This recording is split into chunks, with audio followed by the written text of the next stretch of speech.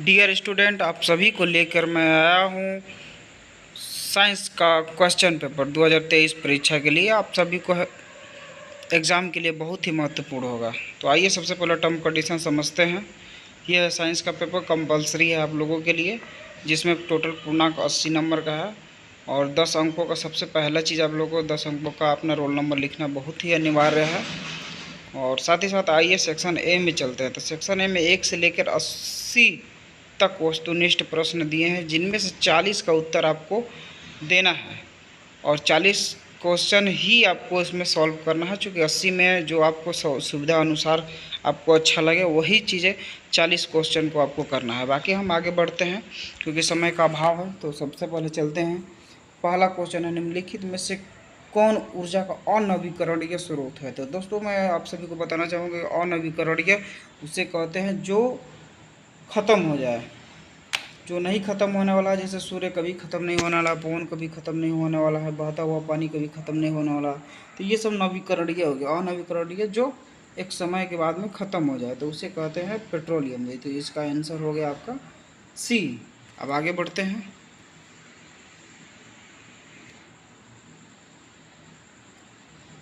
आगे दूसरा क्वेश्चन है कि जीवाश्म ईंधन की ऊर्जा का वास्तविक स्रोत क्या है। तो इसमें है 4 ऑप्शन, जिसमें से सी है, जिसमें चंद्रमा है। अब आगे बढ़ते हैं।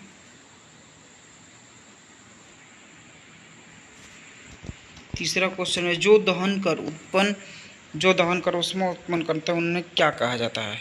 जो दहन कर उसमें उत्पन्न करते हैं उन्हें क्या कहा जाता है। तो इनका आंसर है ईंधन। इसका आंसर होगा बी। अब चौथा क्वेश्चन है, यूरो 2 का संबंध किससे है। यूरो 2 का संबंध किससे है। तो इसका ऑप्शन होगा वायु प्रदूषण से। नेक्स्ट, श्वेत प्रकाश में वर्ण विक्षेपण उत्पन्न करता है। तो श्वेत प्रकाश में वर्ण विक्षेपण कौन उत्पन्न करता है। तो जैसे कि आप देख पा रहे हैं प्रिज्म। इसका ऑप्शन होगा डी।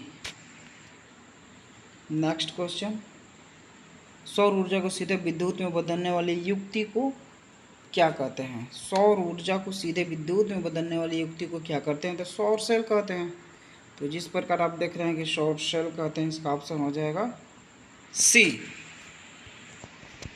आगे नेक्स्ट, निम्नलिखित में कौन सा प्रबल क्षारक है। तो इसमें हो जाएगा ए, NaOH। नेक्स्ट, शुष्क बर्फ का रासायनिक सूत्र क्या है। शुष्क बर्फ का रासायनिक सूत्र क्या है। तो ये ऑप्शन होगा आपका CO2 यानी कार्बन डाइऑक्साइड। ये नेक्स्ट क्वेश्चन, रक्त का लाल रंग निम्नलिखित में से किस प्रोटीन की उपस्थिति के कारण होता है। तो ये सभी को आपको पता होगा कि इसमें हीमोग्लोबिन के कारण होता है। नेक्स्ट, क्लोरोफिल वर्णक का रंग कैसा होता है। क्लोरोफिल वर्णक का रंग होता है इसमें काला, पीला, नीला, हरा। इसमें होता है हरा। Question number option number D होगा, इसमें हरा होता है। नेक्स्ट, दांत का कठोरता भाग होता है। तो दांत के कठोर भाग को हम एनामेल कहते हैं, जिसका ऑप्शन होगा बी।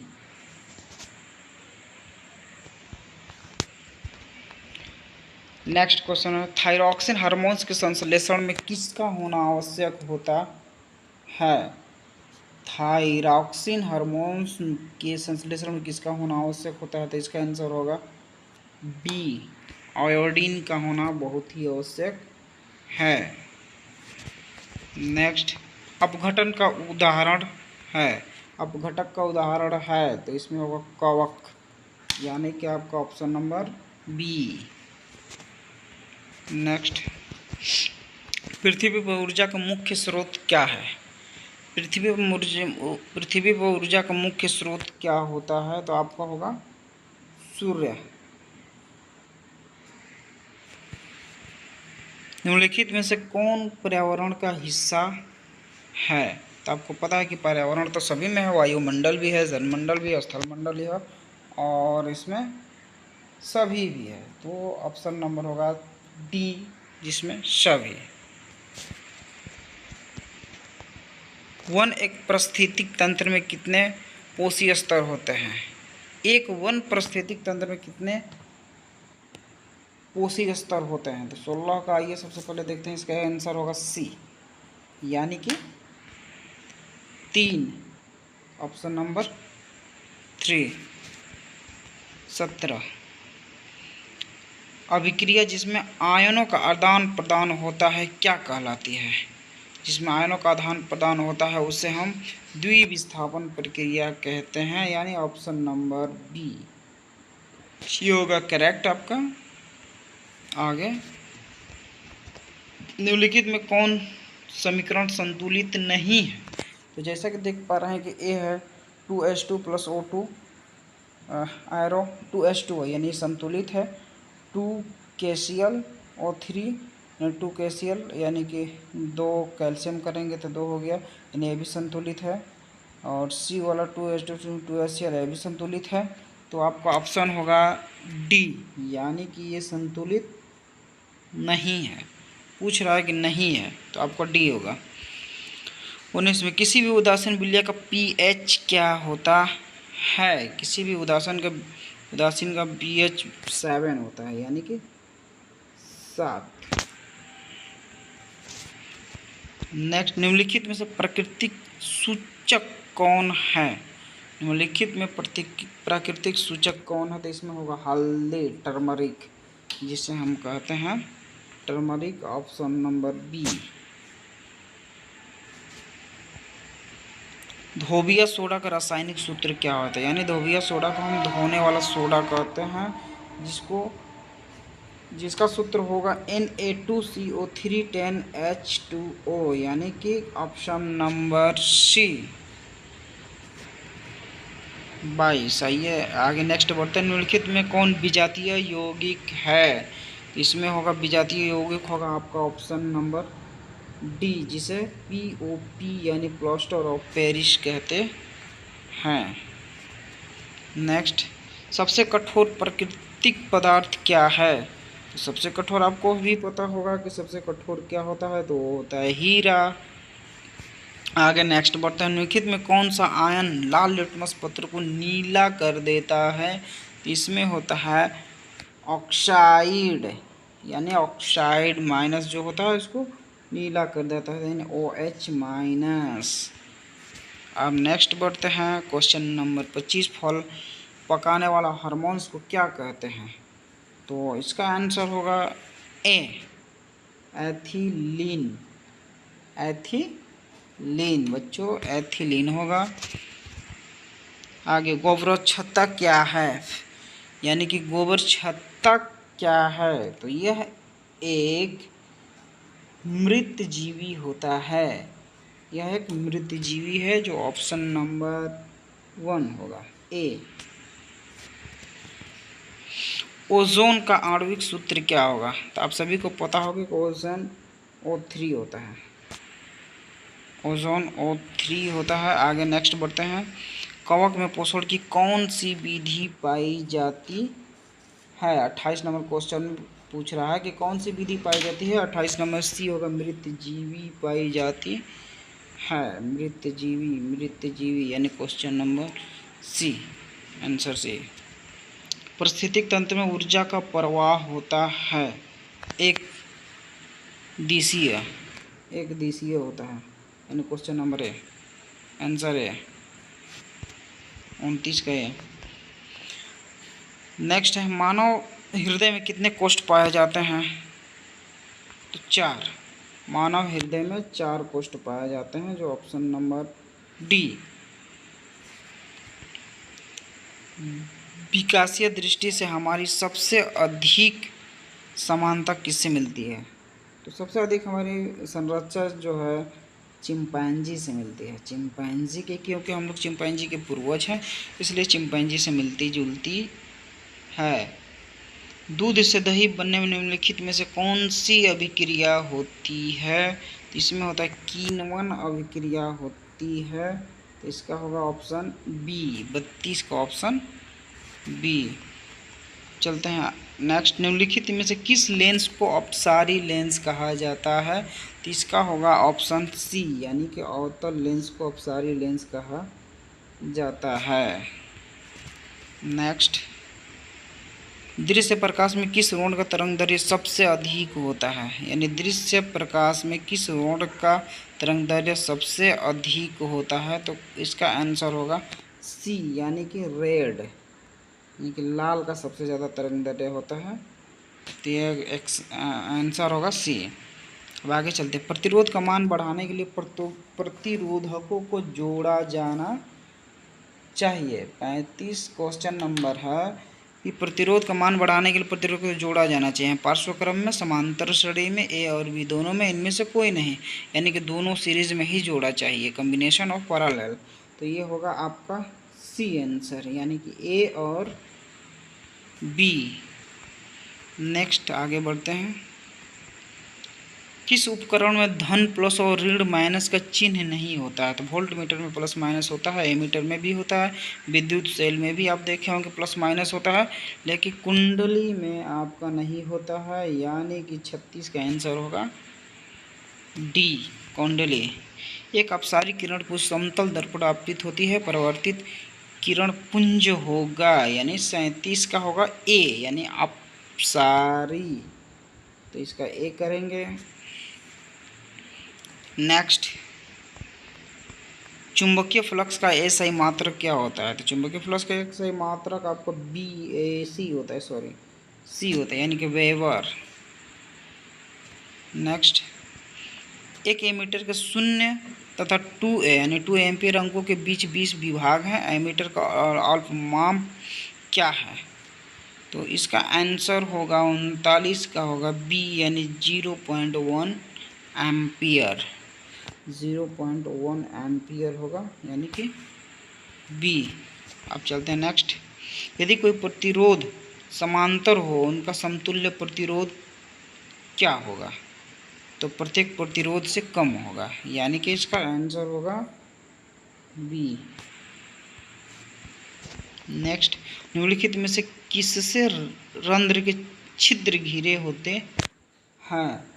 तो इसका होगा आंसर बी, गार्ड कोशिका से, यानी आंसर इसका होगा आपको बी, यानी गार्ड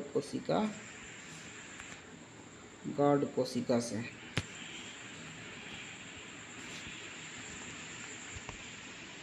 नेक्स्ट है, कौन सी गैस श्वसन क्रिया मुक्त होती है? तो आपको पता होगा कि ऑक्सीजन लेते हैं और CO2 छोड़ा जाता है। इसमें होगा ऑप्शन नंबर डी, यानी 42 का डी, CO2। 43 नंबर का क्वेश्चन मिसिंग है, जो कि छोड़ दिया गया है। आगे नेक्स्ट हम बढ़ते हैं 44। ग्लूकोज के पूर्ण ऑक्सीकरण से क्या मुक्त होता है? 44 का आंसर होगा CO2, यानी कि आपका होगा CO2, केवल CO2 होगा, यानी कि ऑप्शन नंबर ए। 45, कोशिका झिल्ली किस प्रकार की झिल्ली है? कोशिका झिल्ली किस प्रकार की झिल्ली है? तो आप सभी को पता होगा कि कोशिका झिल्ली एक अर्धपारगम्य झिल्ली होती है। तो इसका होगा answer C. Next question, ATP का विस्तारित रूप क्या होता है? ATP का विस्तारित रूप क्या होता है? तो ATP का विस्तारित रूप एडिनोसिन ट्राइफॉस्फेट होता है, जिसका ऑप्शन नंबर सी। नेक्स्ट आगे बढ़ते हैं। स्टार्च की उपस्थिति की जांच के लिए किस विलयन का उपयोग होता है? तो आयोडीन का उपयोग होता है, इसका आंसर होगा ए।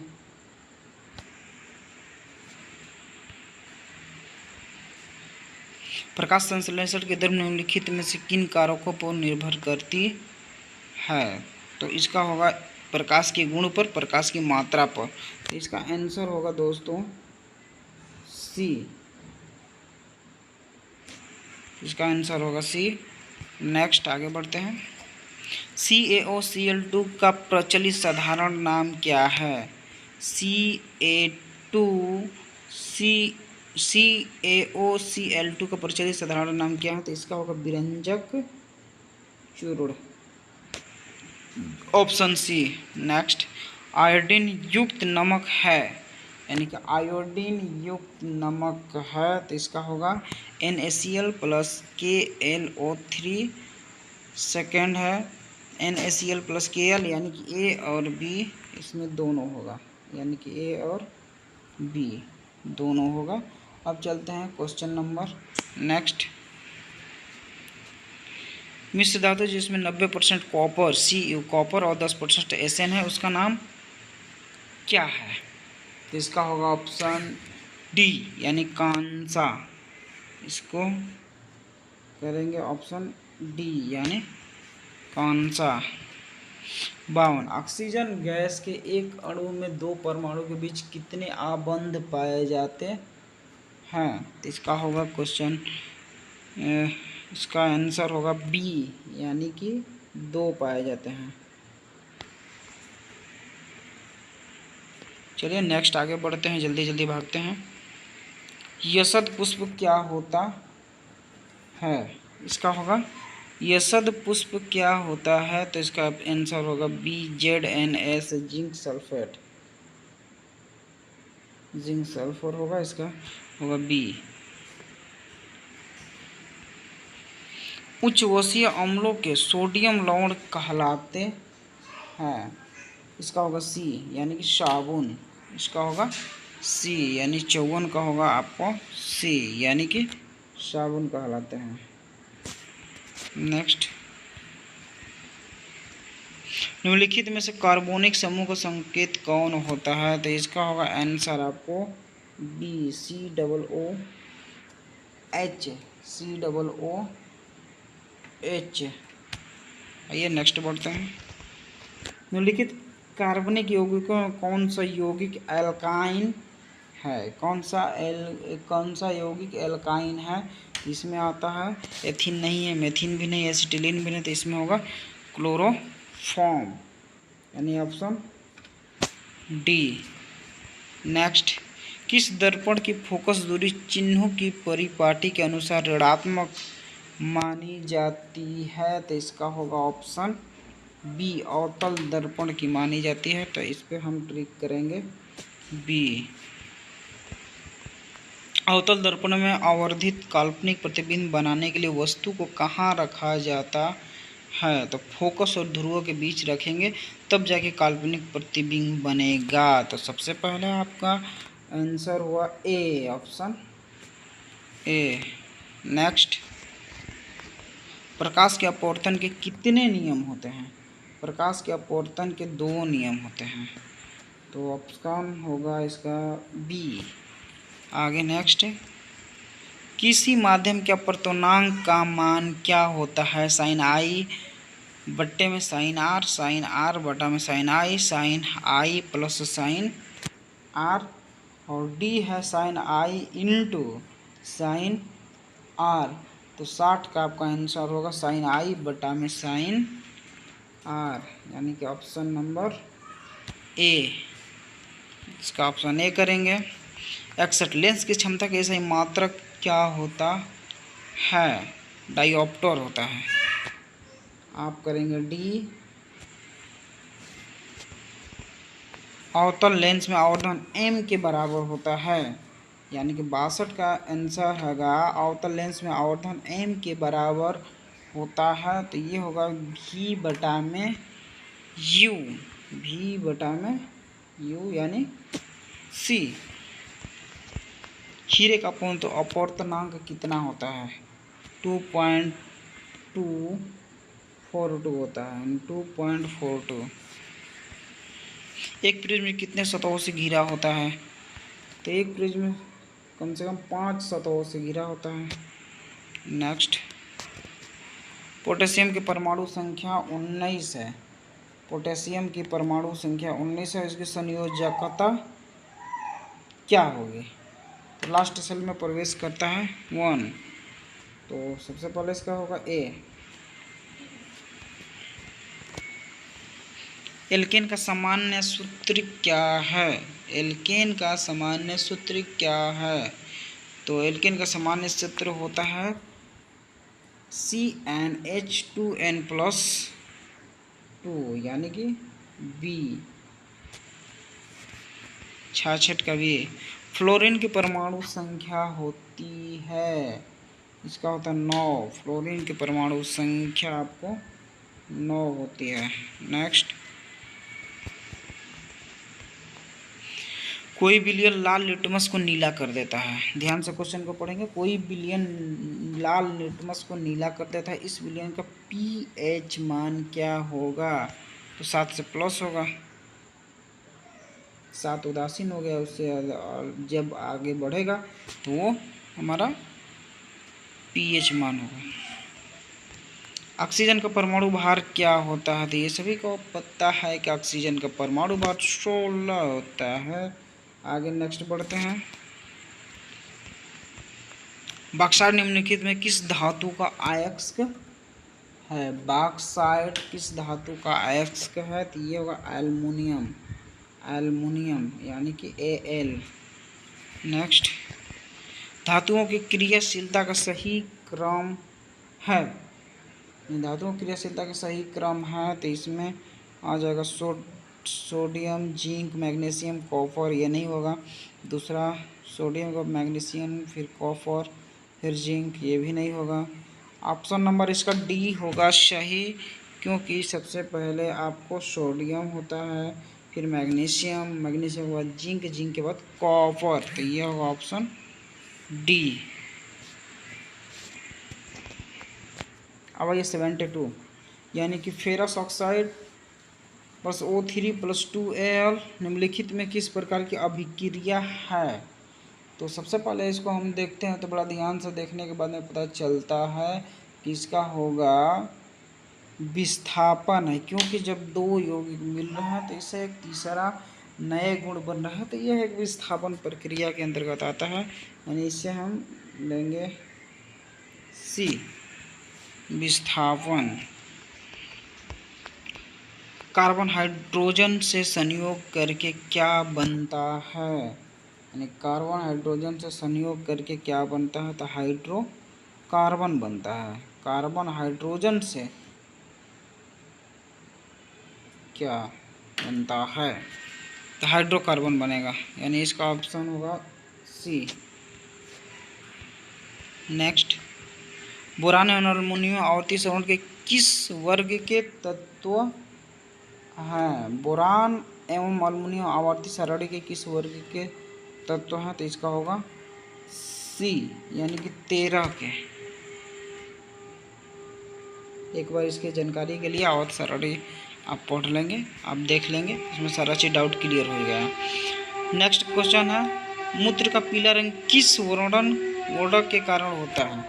यानी मूत्र का पीला रंग किस वर्णक के कारण होता है? तो ये ऑप्शन होगा यूरोक्रोम के कारण होता है, यानी ऑप्शन बी। नेक्स्ट क्वेश्चन, बाघ उपभोक्ता है, यानी बाघ उपभोक्ता है, कौन सा है? प्रथम पोषी नहीं, द्वितीय पोषी नहीं, इसमें से होगा आपका सही आंसर सी, यानी तृतीय पोषी। पीत रस का स्राव होता है, पीत रस का स्राव होता है यकृत द्वारा। किसके द्वारा? यकृत द्वारा, यानी कि ऑप्शन बी। आइए नेक्स्ट,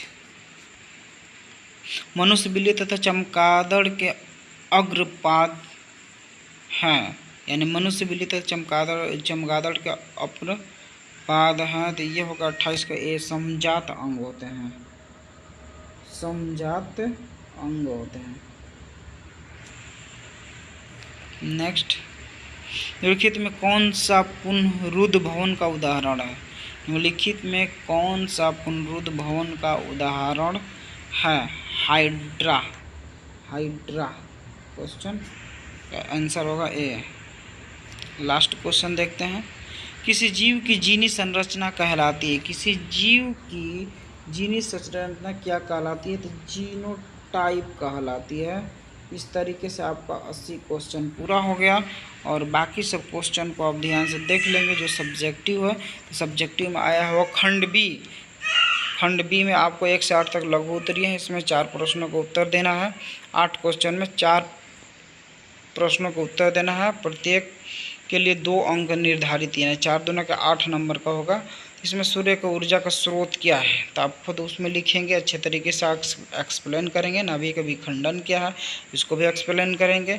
एक प्रकाश में किरण किस प्रकार के गमन करती है और एक व्यक्त करें, इसको भी आप समझाएंगे। और बाकी नेक्स्ट क्वेश्चन खुद आप कर लेंगे। बाकी इतना समय देने के लिए बहुत बहुत धन्यवाद आप सभी का।